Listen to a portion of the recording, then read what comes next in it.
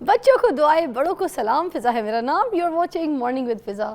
ناظرین، ہم صبح صبح کہتے ہیں نا تھیراپی کر رہے ہوتے ہیں. ہم گھر سے باہر نکلتے ہیں تو ہمیں ہریالی دیکھ کے بڑا سکون ملتا ہے، خاص طور پہ صبح جو کرنیں گر رہی ہوتی ہیں، یا پھر رات کی جیسے جو شبنم ہوتی ہے یا اوس ہوتی ہے، جب وہ پتوں کے اوپر ہریالی، ہرے ہرے پودوں کے اوپر، گھاس کے اوپر ہوتی ہے تو بڑا اچھا لگتا ہے اس کو دیکھ کے.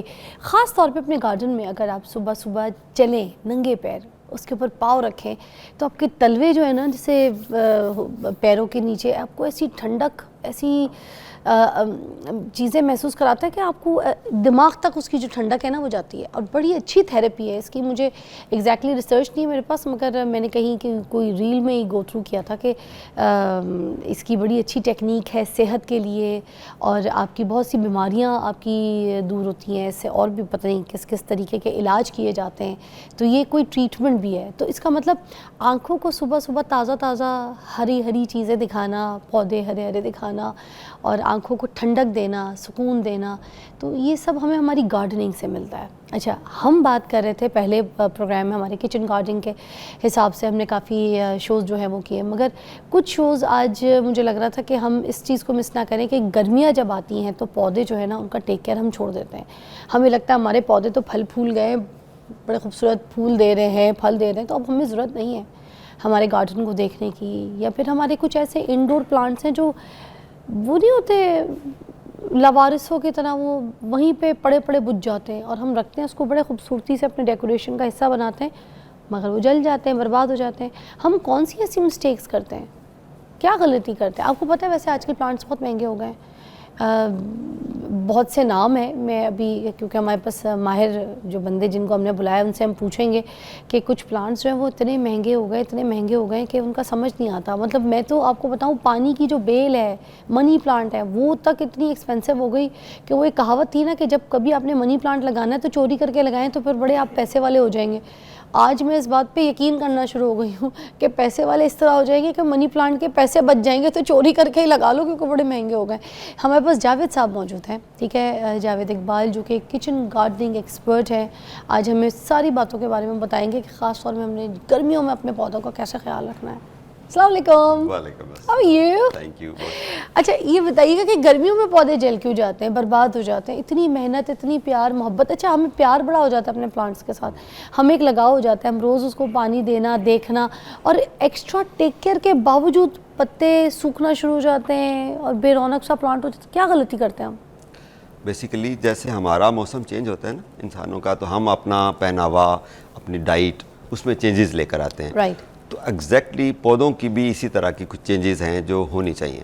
اچھا، 3 چیلنجز ہوتے ہیں گرمیوں میں جب ہم پودے سردیوں سے گرمیوں میں موسم میں شفٹ ہو جاتے ہیں. ایک پانی کا، واٹرنگ کی ہماری روٹین ایک سیٹ، پوری سردیاں ایک اچھا لمبا عرصہ ہوتا ہے تو ایک بنی ہوتی ہے کہ جب ہم 2 دن بعد 3 دن بعد پانی دے رہے ہیں یا اتنا پانی دے رہے ہیں، تو وہ ہم شاید چینج نہیں کر پاتے. دوسرا ہوتا ہے شدید گرمی ہے. اب گرمی میں وہ پودے جو مٹی میں، کیاری میں لگے ہوئے ہیں، وہ تو بہت ساری مٹی ہے، وہ موئسچر مینٹین رہتا ہے، یا زیادہ پودے اکٹھے لگے ہوئے ہیں آپس میں موئسچر شیئر کر لیتے ہیں تو وہ سروائیو کر جاتے ہیں. آپ نے دیکھا کھیتوں میں بڑے بڑے درخت ہیں، ان کو کچھ بھی نہیں ہوتا. چیلنج کس کے لیے ہوتا ہے؟ وہ پودے جن کو ہم گملوں میں لا کے رکھتے ہیں. وہ پودا جو کیاری میں لگا ہوا ہے اس کا ایک پارٹ ایکسپوز ہے جو اوپر ہے. جو پودا گملے میں لگا ہوا ہے اس کو وہ چاروں طرف سے 3D ایکسپوزڈ ہے. اس کا پورا گملہ، گملے کی مٹی، وہ پورا روٹ بال، اس کو سائڈوں سے ہوا لگ رہی ہے، گرمی لگ رہی ہے، پھر فرش پہ پڑا ہوا ہے تو فرش بھی گرم ہو رہا ہے، تو اس کو چیلنج زیادہ ہوتے ہیں. دوسرا یہ. تیسرا چیلنج ہوتا ہے خوراک کا. ہم روٹین میں وہ خوراک جو سردیوں میں ہم کھاتے ہیں ہم گرمیوں میں چھوڑ دیتے ہیں. اسی طرح ہم ڈرائی فروٹ اور اس طرح کی گرم چیزیں، تو پودوں کی بھی یہی ریکوائرمنٹ ہوتی ہے کہ گرمیوں میں چونکہ وہ آلریڈی گرمی کی وجہ سے سٹریس میں ہوتے ہیں تو ان کی خوراک بھی ہم نے لائٹ کرنی ہوتی ہے. اچھا، میرا جو ٹیرس ہے اس میں کنگھی پام پڑا ہوا تھا. یہ کل کا ہی حادثہ ہے میرے ساتھ ہوا کہ وہ نا پتے اس کے سوکھنا شروع ہو گئے. میں نے کہا ہم اس کو اتنا، نہ تو ہم نے اس کو اتنی دھوپ میں رکھا، کیونکہ کنگھی پام بہت زیادہ دھوپ میں بھی نہیں چلتا، تو اس کو بالکل شیڈو میں تھوڑا سا رکھنا پڑتا ہے کہ ہلکی دھوپ آ گئی تو یہ صحیح ہے، اس جگہ پہ بڑا اچھا پھلتا پھولتا ہے. میں نے بہت رکھے ہیں کنگھی پام، مگر کل یہ یہ سین ہوا کہ اچھا خاصا اس کو سائز ہو گیا تھا ٹیرس کے باہر, مگر وہ پتے سوکھے جا رہے. میں نے کہا سارے چل رہے ہیں, یہ کیوں سوکھے جا رہا ہے؟ گملہ بھی بڑا ہے, سب کچھ ہے. پھر وہ جب مالی سے نکلوایا تو پتہ چلا کہ وہ جو ہے نا گملہ سائڈ سے نا وہ کرچ نہیں جاتا, کیا کہتے ہیں, کریک ہو جاتا ہے, تو اس کی وجہ سے نا وہ پانی رک ہی نہیں رہا. ہاں رک نہیں رہا تھا, نشو نما نہیں پکڑ رہا تھا, کیونکہ پانی جڑوں تک نہیں جا رہا تھا, رک نہیں رہا تھا. تو پھر اس وجہ سے انہوں نے کہا کہ یہ خراب ہو رہا تھا. اب ہم یہ بھی مسٹیکس کرتے ہیں, سم ٹائمز گملہ چھوٹے سائز کا لے لیتے ہیں, سم ٹائمز گملہ کریک ہو رہا ہوتا ہے مگر پتہ نہیں چلتا. اچھا, یہ گملہ کریک کیوں ہوتا ہے؟ یہ بڑا اچھا پوائنٹ آپ نے ہائی لائٹ کر دیا. جب ہم گملے میں لا کے پودے کو رکھتے ہیں نا تو اس کی جڑیں نیچرلی گریجولی گرو ہوتی ہیں, اس کا جو روٹ بال ہم اس کو کہتے ہیں وہ بڑا ہوتا جاتا ہے. جب وہ اتنا بڑا ہو جاتا ہے کہ اس کو مزید مٹی چاہیے اور بڑا سائز چاہیے گملے کا, تو 2-3 صورتیں ہوتی ہیں. یا تو پودا اپنی گروتھ روک دے گا, جڑوں کی نشو و نما بھی رک جائے گی, اور دوسرا یہ ہے کہ وہ زور لگائے گا اور جس طرح آپ کا گملہ کریک ہو گیا تو کریک ہو جائے گا. دس از انڈیکیشن کہ ابھی اس کو بڑا پاٹ چاہیے.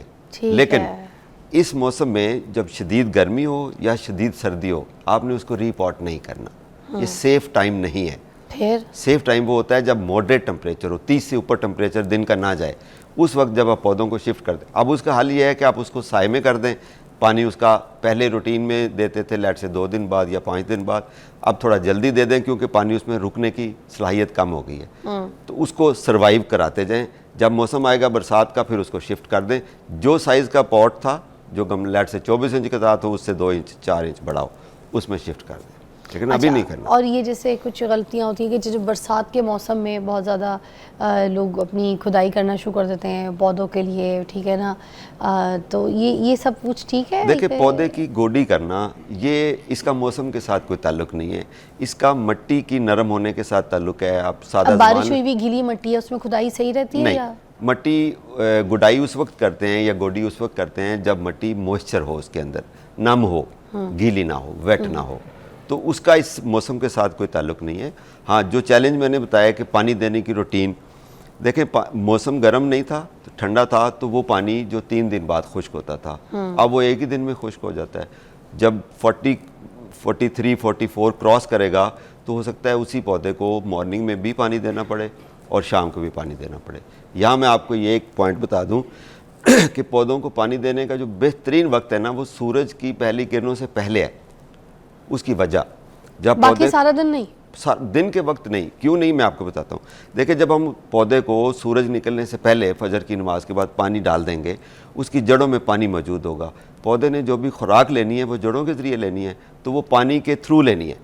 پانی موجود ہے, پھر سورج نکلا, فوٹوسینتھسس کا عمل سٹارٹ ہوا. یوں سمجھ لیں کہ پودوں کے پیٹ نے خوراک بنانا شروع کر دی, اور وہ تبھی پاسبل ہوگا جب اس کو پانی موجود ہوگا. تو کیا اسی وجہ سے پانی ڈال بھی رہے ہوتے ہیں پھر بھی پودے جل رہے ہوتے ہیں؟ غلط ٹائم پہ. اب آپ دن کے وقت تیز دھوپ میں, کڑی دھوپ میں پانی ڈالیں گے, مٹی گرم ہو جائے گی, پودے کو ہر طرف سے گرمی مل رہی ہے, دھوپ بھی لگ رہی ہے. وہ پانی جب گرم ہو کے آپ یوں سمجھ لیں ابل جائے گا, تو جڑیں بھی اس کی خراب ہو جائیں گی. اتنا پانی دیں کہ مارننگ میں دیں اور وہ نیچے مٹی میں چلا جائے, اور اس کے بعد جب آپ دوپہر کو پانی کھڑا نہ ہو پودے کے, اگر لیٹ سے کہ آپ کے پودے کی مٹی, گملے کی مٹی سخت ہو گئی ہے اور پانی آپ نے زیادہ دیا اور سمجھ رہے ہیں وہ نیچے نہیں جا رہا, تو اس کو گرا دیں. کیونکہ گرم شدید دھوپ میں جب پانی کھڑا ہوگا تو وہ گرم ہوگا, وہ پودے کے لیے نقصان دہ. رائٹ, بریک لیتے ہیں. بریک کے بعد ہم پوچھیں گے کہ پودے کو کتنی کھاد دینی ہے, کب دینی ہے, اور یہ جو کیڑے مار اسپرے ہوتا ہے جو پودے کے لیے چاہیے ہوتا ہے وہ کتنا کوئی چاہیے ہوتا ہے. آئیے جی.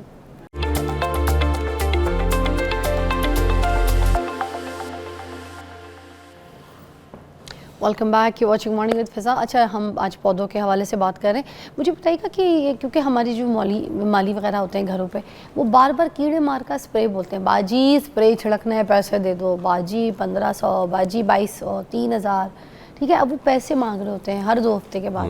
ہمیں کیسے پتہ چلے گا کہ پودوں کو کیڑا لگ رہا ہے یا یہ ابھی اسپرے کرنے کا ٹائم ہے, ضروری ہے؟ سمپل, آپ اپنے بچوں کو ڈیلی اگر ایک نظر دیکھ لیں نا, ان سے کمیونیکیٹ کر لیں, تو آپ کو پتہ ہوتا ہے بچہ اداس ہے, بچہ بیمار ہے, بچے کی خوراک کی کمی ہے, بچہ زیادہ موٹا ہو رہا ہے. آپ ہر چیز کنٹرول کرتے ہیں. جو لوگ پودے رکھتے ہیں وہ ایک دن میں پودوں کو ایک بار ضرور نظر ماریں, 2 منٹ کے لیے, 5 منٹ کے لیے جائیں ان کے پاس, ایک نظر ماریں, تو آپ کو پتہ چل جائے گا. جس دن کیڑا لگنا شروع ہوگا آپ کو ایگزیکٹلی پتہ ہوگا کہ اب اس کے اوپر پیسٹ اٹیک ہو رہا ہے. دیکھیں, پیسٹ اٹیک ہونا پودوں کے اوپر نیچرل ہے, ان کا رزق ہے, ان کی خوراک اسی کے اندر ہے. آپ یہ نہیں چاہیں گے کہ ان کو مار دیں.